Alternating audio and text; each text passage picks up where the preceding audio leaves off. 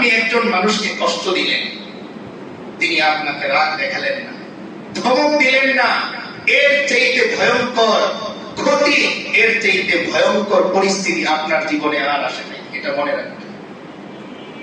আপনি একটা রিক্সা চালককে ধমক দিলেন অন্যায় ছাড়া, সে কিচ্ছু বলল না। এই যে এই পরিস্থিতিটা, এই মুহূর্তটা আপনার জন্য যে কতটা ভয়ঙ্কর, এটা যদি আপনি বুঝতেন, তাহলে সাথে সাথে পায়ে ধরে ক্ষমা চাইতেন। কেন জানেন? কারণ বান্দা যখন জবান বন্ধ করে, তখন তার জবানের ক্ষমতা আল্লাহর কাছে চলে যায়। তো বান্দা যখন কিছু না বলে, তখন বলেন কি? আল্লাহ। আর আল্লাহর বলা যদি রহমতের হয়, তবে আমি আর আপনি বেঁচে গেলাম, আর যদি গজবের হয়, তাহলে আমি আর আপনি ফেরাউনের মতো ধ্বংস হয়ে যাব। এজন্য আল্লাহ হাবিব সাল্লাল্লাহু আলাইহি ওয়াসাল্লামকে আল্লাহ তাআলা দুইটা পয়েন্ট বলেছিলেন যে এই দুই পয়েন্ট যদি আপনার উম্মতের মাঝে থাকে, তাহলে তারা বাঁচবে, আর যদি না থাকে তাহলে তারা মরবে। কি পয়েন্ট? আল্লাহ বলেন, ওয়া কানা আল্লাহু লিউআযিবাহুম ওয়া আনতা ফীহিম। আল্লাহ বলেন, ও আমার হাবিব, আমি আল্লাহ এতটাও স্বার্থপর নয় যে আপনি আপনার উম্মতের মাঝে থাকবেন আর আমি আপনার উম্মতকে ধ্বংস করে দিব। এটা হতে পারে না। যেহেতু সম্পর্ক আপনার সাথে আমার হয়েছে, তাই সম্পর্কের মানুষ যাদের ভালোবাসে, ওরা অপরাধ করলেও এই ভালোবাসার কারণে আমি তাদের কি করব না? ধ্বংস। 2 নাম্বার, ওয়া কানা আল্লাহু মুআযিবাহুম ওয়া হুম ইস্তাগফিরুন। আল্লাহ বলেন, আর যদি আপনি কোনদিন না থাকেন, এমন কোন দিন যদি আসে আপনার উম্মতের মাঝে আপনি নেই, সেদিনও আপনার উম্মত বেঁচে যাবে একটা শর্তে। ওই শর্ত হচ্ছে ইস্তিগফার। ওই শর্ত কি? ইস্তিগফার, মানে ক্ষমা চাওয়া। আল্লাহ বলেন, এই 2 শর্তে আপনার উম্মতকে আমি বারবার বাঁচিয়ে দিব। প্রথম শর্ত আমাদের কাছে নেই। আপনি চাইলেও আর সেই 1450 বছর আগে ফিরে যেতে পারবেন, কিন্তু পারবেন চেতনায়, আপনি পারবেন আদর্শে। আপনি চাইলেই আপনার এই আদর্শকে সেই 1450 বছর আগে নিয়ে যেতে পারেন। এজন্য আল্লাহ হাবিব সাল্লাল্লাহু আলাইহি ওয়াসাল্লাম একদিন সাহাবায়ে কেরামকে বলতেছিলেন যে আমার বড় ইচ্ছা আমার ভাইদের সাথে সাক্ষাৎ করা। সাহাবায়ে কেরাম বললেন, ইয়া রাসূলুল্লাহ, আমরা কি আপনার ভাই নই? তখন আল্লাহ রাসূল সাল্লাল্লাহু আলাইহি ওয়াসাল্লাম বললেন, ও আমার সাহাবীরা, তোমরা তো আমার সাহাবী, আমার সঙ্গী, কিন্তু আমার উম্মতের মাঝে এমন কিছু লোক আসবে যারা কোনোদিন আমাকে দেখবে না, কিন্তু বহুদূর থেকে, বহু দূরত্বের পরেও তারা আমার জন্য মাতোয়ারা থাকবে, পাগল থাকবে। কখন নবীর সাথে মোলাকাত হবে, কখন আল্লাহর হাবিবের সাথে সাক্ষাৎ হবে। ওই মানুষগুলো হচ্ছে আমার ভাই। আমার মনের বড় চাওয়া ওই মানুষগুলোর সাথে একবার সাক্ষাৎ করব। ও ভাই, এই পরিচয়ে আমি আর আপনি কিভাবে আল্লাহর হাবিবের সামনে দাঁড়াবো? একটু মিলাই না? আমি কি তৈরি হয়েছি? কিন্তু আপনার বড় ভাইয়ের মেয়ের বিয়ে, আপনার ভাতিজি, আপনি তো 1 মাস আগে থেকেই নির্বাচন করেন কোন কাপড় পরবেন, কোন ব্র্যান্ডের কিনবেন, কি উপহার দিবেন। আল্লাহ বলেন, বান্দা, আমি উপহার নিই না, আমি তোমার টাকা নিই না, আমি তোমার কিচ্ছু নিই না। তুমি আমার কাছে এসো, যেই পোশাকে ইচ্ছা হয় এসো, আমি তোমার অপেক্ষায় থাকি। এরপরেও আমার আপনার সাক্ষাতের সময় হয়। কোনদিন এইভাবে কি আমি আর আপনি প্ল্যান করি যে এই মুহূর্তটা আমি কেবল আল্লাহর সাথে কথা বলবো? ঘরের মধ্যে একটা জায়নামাজ সব সময় বিছিয়ে রাখার চেষ্টা করি, এক কোণায় পড়ে থাক। যখনই নজরে যাবে, যেন আমার ওই জায়নামাজে দাঁড়াতে ইচ্ছা করে, একটু আমার মালিককে ডাকার ইচ্ছা করে। এই জন্য গতকালকে একটা ছোট্ট বইয়ের মধ্যে গল্প করতেছিলাম যে একজন তার পরিবারের নাম্বার, তার স্ত্রীর নাম্বার সেভ করে রেখেছে ওসিয়াতুর রাসূল। কি? ওসিয়াতুর রাসূল মানে রাসূল সাল্লাল্লাহু আলাইহি ওয়াসাল্লামের ওসিয়ত। তো তাকে জিজ্ঞেস করা হলো, পরিবারের এত এত নাম থাকতে কত রকমের নাম মানুষদের, মহব্বতের নাম দেয়, স্বাভাবিক স্ট্যান্ডার্ড নাম দেয়, আপনি এরকম একটা আনকমন নাম কেন দিলেন? তিনি বলতেছেন, যে আল্লাহ রাসূল সাল্লাল্লাহু আলাইহি ওয়াসাল্লাম ইন্তেকালের আগ মুহূর্তে নিজের অধীনস্থ যারা নারী সমাজ আছে তাদের সাথে ভালো আচরণের কথা বলেছেন, ওসিয়ত করে গেছেন। তো এই জন্য আমি ওই শব্দ লিখে রেখেছি যে যদি কখনো এমন হয় যে আমি প্রচন্ড রেগে আছি, ওই মুহূর্তে ফোন দিলে আমি আমার পরিবারের সাথে যেন খারাপ আচরণ না করি। ওসিয়তুর রাসূল দেখে যেন আমার হৃদয়ে এই কথা আসে যে আমার নবী তো বলে গেছেন তার সাথে ভালো করে কথা বলতে, তাই ফোনটা নিয়ে আমি যেন রাগহীন সুন্দরভাবে কথা বলি। এটাও তো একটা চেতনা, এটাও তো একটা আদর্শ, এটাও তো একটা ফিকির। এই ফিকির তার মধ্যে একদিনে আসে নাই। আপনি বিশাল কমপ্লেক্সের মালিককে যে দেখতেছেন তার পেছনের ব্যাকগ্রাউন্ডটা এরকম ছিল না। এমনও দিন ছিল ছাতা কেনার পয়সা তার ছিল না, বৃষ্টিতে ভিজে স্কুলে গিয়েছে, আর আজ ছাতার মার্কেট তার নিজের আছে। যেই মানুষটাকে আপনি এখন বিশাল ইসলামপুরে পাঞ্জাবির মার্কেটের দোকানের মালিক দেখতেছেন, একদিন এই মানুষটার ঈদের দিন নতুন জামা কেনার টাকা তার কাছে ছিল না।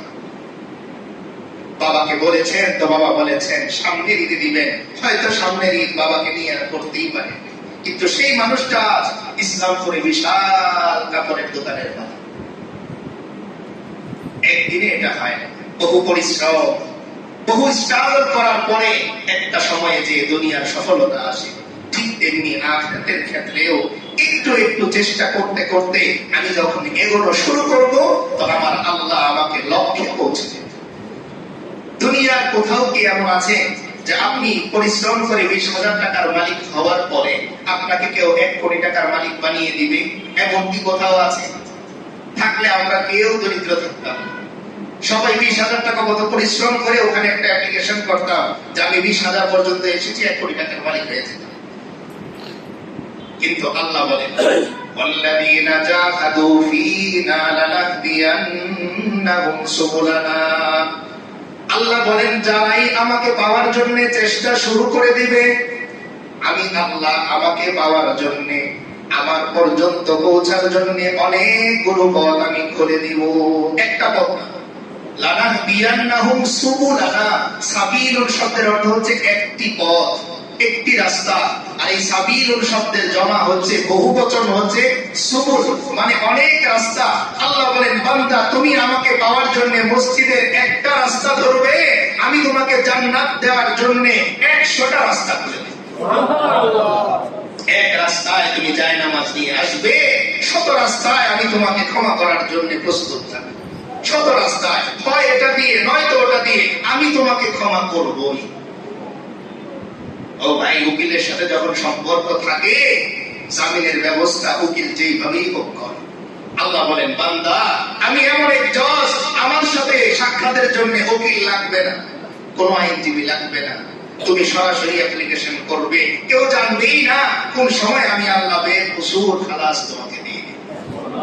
দুনিয়ার মামলায় বেকসুর খালাস একদিনে হয়, জামিন পাওয়া যায়, মাসে মাসে দেখা করতে হয়। আল্লাহ বলেন বান্দা আরেকবার দেখা হবে কিনা তুমি তো জানো না, তাই একবারের দেখায় আমি আল্লাহ তোমার জিন্দেগীর সমস্ত গুনাহগুলো মাফ করে দেব। এজন্য দুনিয়ায় দেখা যায় একজন মানুষ মারা যাচ্ছে, এরপরেও তার হাজিরা কোর্টে রয়ে গেছে, তার মানে দুনিয়ার মানুষ বোঝাচ্ছে আপনি ক্ষমা পেলেও আসামি হিসেবে মরতেছেন, কারণ আপনার হাজিরা তো বাকি। আর আল্লাহ বলেন বান্দা আমি কাউকে জামিন দিই না, আমি বেকসুর খালাস দিই। একবার যখন বলে আল্লাহ আমি অপরাধ করেছি, সঙ্গে সঙ্গে কোন দলিল, কোন সাক্ষী, কোন প্রমাণ কিচ্ছু ছাড়া আমি আল্লাহ বেকসুর খালাস তোমাকে দিয়ে দেব। কিন্তু এই জামিনের আলহামদুলিল্লাহ নাহমাদুহু ওয়া নাস্তাঈনুহু ওয়া নাস্তাগফিরুহু ওয়া নু'মিনু বিহি ওয়া নাতাওয়াক্কালু আলাইহি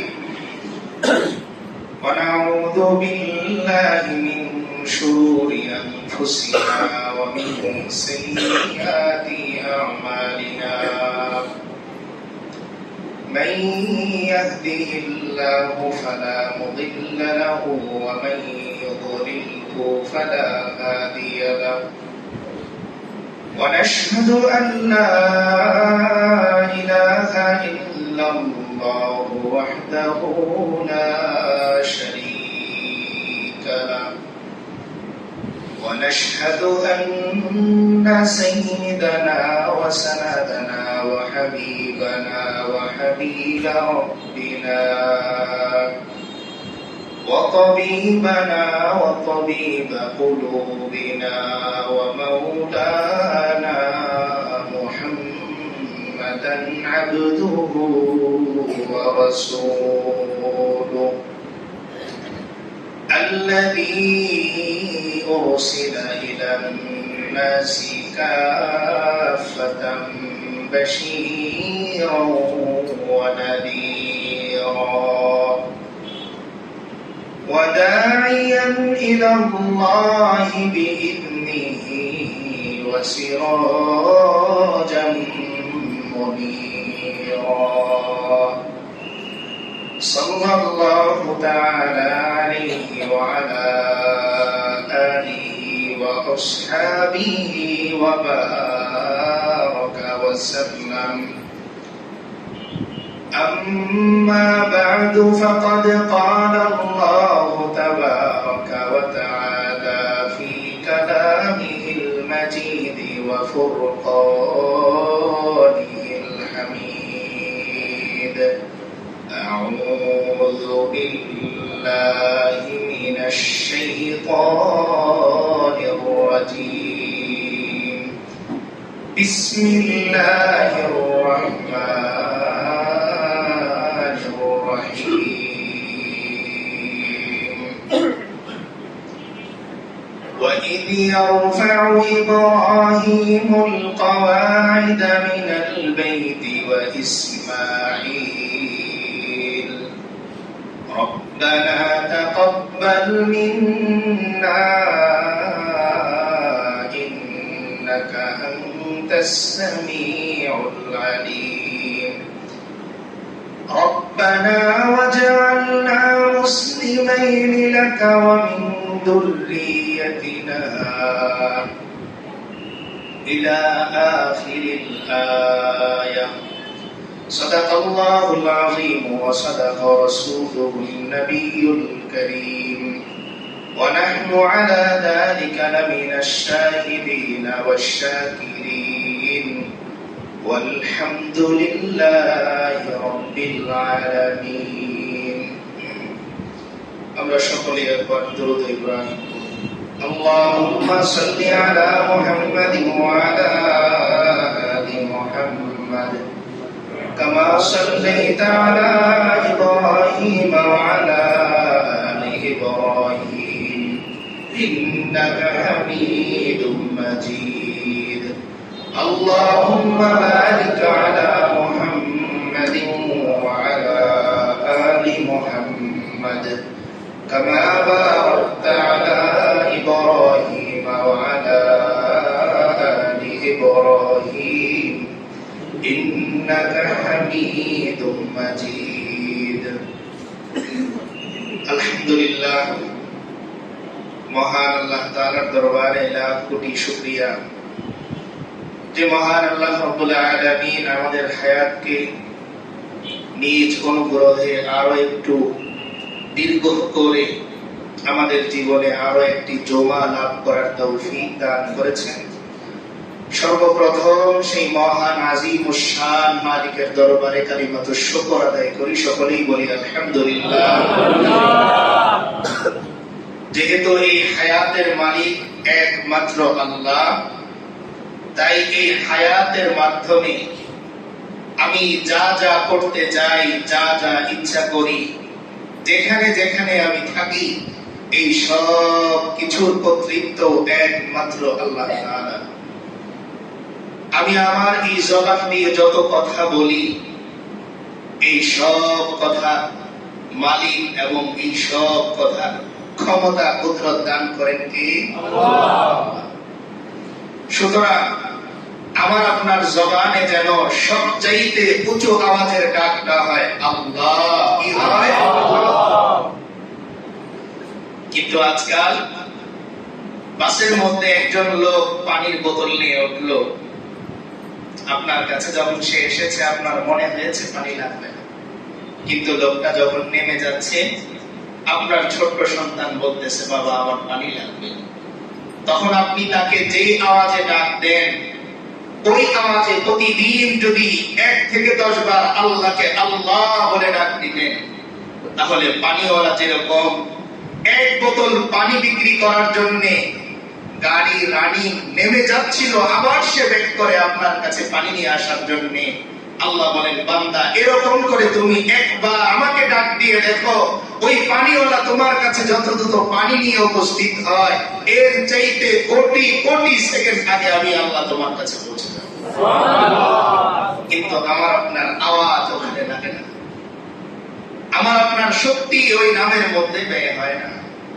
আমার শক্তি ব্যয় হয় আমার কর্মচারীকে ধমক দেওয়ার সময়, আমার শক্তি ব্যয় হয় আমার ড্রাইভারকে ধমক দেওয়ার সময়, আমার শক্তি ব্যয় হয় আমার বাড়ির কেয়ারটেকারকে ছাড়ি দেওয়ার সময়। আর আল্লাহ বলেন বান্দা ছাড়ি দিতে দিতে তুমি যেহেতু ক্লান্ত, তোমার আওয়াজ বড় ক্লান্ত, তাই যদি একান্ত আমাকে তুমি উঁচু আওয়াজে ডাকতে নাই পারো, তবে উদউ রাব্বাকুম তাদাররুআন ওয়া খুফিয়া, লুকিয়ে লুকিয়ে গোপনে গোপনে নিচু আওয়াজে বলেও আমাকে তুমি একবার অন্তত ডাকো। এজন্য আমরা অনেকে এই কথা বলতে শুনি যে জিকির করবে, আস্তে আস্তে করবে, এত জোরে জোরে জিকির করার কি আছে? ও ভাই, যখন গজল ছাড়া হয় আর যাদের গানের নেশা আছে ছাড়া হয়, ড্রাইভারকে পেছন থেকে বলে আওয়াজ বাড়ান, ভলিউম বাড়ান, আমার কান পর্যন্ত আওয়াজ পৌঁছায়। সামান্য একটা বাসের ড্রাইভারের জায়গা থেকে, সিট থেকে আপনার দূরত্ব কতটুকু? এই সামান্য গ্যাপটুকু পূরণ করতে যদি ভলিউম হাই দেওয়ার পরেও আপনার অভিযোগ থেকে যায় যে আমার কান পর্যন্ত পৌঁছায় না, তবে আমার মালিকের কি এতটুকু আবদার থাকতে পারে না যে বান্দা আমি তো আরশে আজিমে আর তুমি জমিনে ঘুরে বেড়াও, তো ডাক দাও, এত আওয়াজে ডাক দাও যেমন আমার আরশে আজিম পর্যন্ত কেঁপে ওঠে।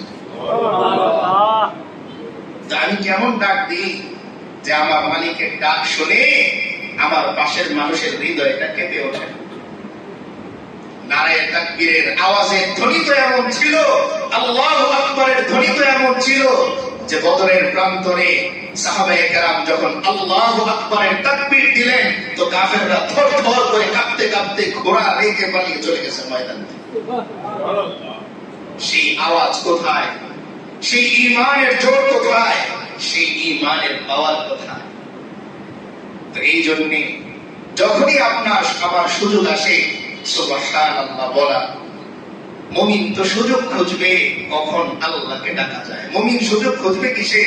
কখন আল্লাহকে ডাকা যায়। ও ভাই, আজকে যদি আমাকে আপনাকে সুযোগ দেয়া হয় যে এই টাইমে যদি এমপি মহোদয়কে ফোন দেয়া যায়, তিনি ফোন ধরবেন আর যা বলা হবে সব কবুল করবেন, আজকে যদি অফার দেয়া হয়, বলেন তো কয় লক্ষ ফোন এমপি মহোদয়ের কাছে যাবে? আর আল্লাহ তাআলা যে আমাকে আপনাকে বলে দিলেন বান্দা তুমি আমাকে ডাক দিও, তোমার ফোনের অপেক্ষায়, তোমার ডাকের অপেক্ষায় আমি থাকবো, তোমার অভিযোগগুলো আমাকে বলো, আমি আল্লাহ তোমার সব অভিযোগ বিনা প্রশ্নে শুনবো আর সবগুলোর সুন্দর সমাধানও আমি আল্লাহ করে দিব। ও ভাই, দুনিয়ার মানুষকে আপনি যে বলেন না আমার জ্বর, আপনাকে কারো জিজ্ঞেস করবে কেন জ্বর হয়েছে, আপনি যদি বলেন না এমনিতেই জ্বর, ডাক্তারও মানতে চায় না, জেরা করে। ওষুধ নেবেন আপনার টাকা দিয়ে, ডাক্তার দেখাচ্ছেন আপনার টাকা দিয়ে, ভিজিট দিয়ে, এরপর ডাক্তার সাহেব বলেন যে না কারণ বলেন। আল্লাহ বলেন বান্দা তুমি আমাকে যখন বলবা যে আমি গুনাহ করেছি, আমি একবারও জিজ্ঞেস করবো না কেন করেছিলা, তুমি শুধু বলবা আল্লাহ অপরাধ করেছি, আমি আল্লাহ বিনা প্রশ্নে তোমার জিন্দেগীর সমস্ত গুনাহগুলো মাফ করে দেব। অভিযোগ ছাড়া, প্রশ্ন ছাড়া দুনিয়ার কোন মানুষ আপনার অভিযোগ শুনবে না। আজকাল তো আমি প্রায় সময়ই কথা বলি যে আমাদের ছেলে মেয়ে অনেক সময় ডিপ্রেশনে থাকে, আমরা জানি না কেন, কারণ তার মুখের কথাগুলো আমি কখনো মন দিয়ে শুনতেই চাই না। আমি কথা শুনি আমার স্কুলের স্টুডেন্টের, আমি যেখানে শিক্ষক টিচার, সেখানে একটা ছেলে যখন আমাকে কিছু বলতে চায়, তো তার কাছে আমি আদর্শ শিক্ষক হওয়ার জন্য তাকে কাছে টেনে তার কথাগুলো শুনি। ওই স্টুডেন্টের মতোই তো আমার ঘরের যে প্রাপ্তবয়স্ক ছেলেটা, তার হৃদয়েও কিছু দুঃখ আছে আমাকে বলার তার কাছেও অনেক কথা আছে। কিন্তু সারাদিন পর যখন আমি ক্লান্ত হয়ে ঘরে ফিরি, আমার সন্তান আমাকে অনেক কিছুই বলতে চায়, বাবা একটু কথা ছিল, আমার সময় হয় না, আমি বলি মার কাছে বল। এই যে আমি তার কথাগুলো শুনতেছি না, একটা সময় যে সে ভাবে যে বাবাকে বলার মতন কোনো কথা আমার নেই, তখন সে বন্ধুকে বলে, এমন কারো কাছে বলে যে তার এই অভিযোগের সমাধান এমন ভাবে করে দেয় যে জীবন তারটাও নষ্ট হয়, আর ছেলের জীবন নষ্ট হওয়া মানে বাবার জীবন নষ্ট হয়। এই জন্য কথার ফাঁকে যেহেতু এই বিষয়টা চলে এসেছে, আমরা চেষ্টা করব, আমি শুধু আদর্শ শিক্ষক নয়, আমি শুধু আদর্শ ইমাম নয়, আমি শুধু আদর্শ খতিব নয়, আমি একজন আদর্শ বাবা, আমি একজন আদর্শ স্বামী, আমি একজন আদর্শ সন্তান। এই সব জায়গায় যখন আমি আমার আদর্শকে, আমার রাসূলের আদর্শকে আঁকড়ে ধরতে পারবো, সেই দিন কোনো প্রশাসন লাগবে না, এদেশে আবার শান্তি ফিরে আসবে। ওমর ইবনে আব্দুল আজিজ রাহমাতুল্লাহি আলাইহি, তার শাসনামলে র্যাব বাহিনী ছিল না, সেনাবাহিনী ছিল না, পুলিশ বাহিনী ছিল না, শান্তি রক্ষা বাহিনী, গ্রাম এলাকা পাহারার জন্য আনসার বাহিনী ছিল না, কিন্তু ওই দেশে শান্তি ছিল। কেন? কারণ প্রত্যেকটা মানুষ আদর্শের তৃষ্ণা তাদের ভেতরে ছিল। তারা খুঁজতো কোন আদর্শে চললে, কোন আদর্শের উপর টিকে থাকলে আল্লাহ খুশি হন, আল্লাহ রাসূল খুশি হন। সবাই যখন আদর্শের পেছনে ছুটলো, তো একটা আদর্শবান পৃথিবী সেদিন সকল মানুষ উপহার হিসেবে পেয়েছে। তো যাই হোক, মূল কথায় ছিলাম যে যখনই সুযোগ আসবে আল্লাহ বলা, তো এমন ভাবে বলবো যেন আমার আল্লাহর আরশে আজিম পর্যন্ত কেটে যায়। হ্যাঁ, আপনি বলতে পারেন হুজুর আমার তো বয়স হয়েছে, এত জোরে তো আমি বলতে পারি না। শুধু আওয়াজ দিয়ে আরশে আজিম কাঁপে না, কখনো কখনো বোবা ব্যক্তির চোখের অশ্রুতেও আরশে আজিম কেঁপে ওঠে।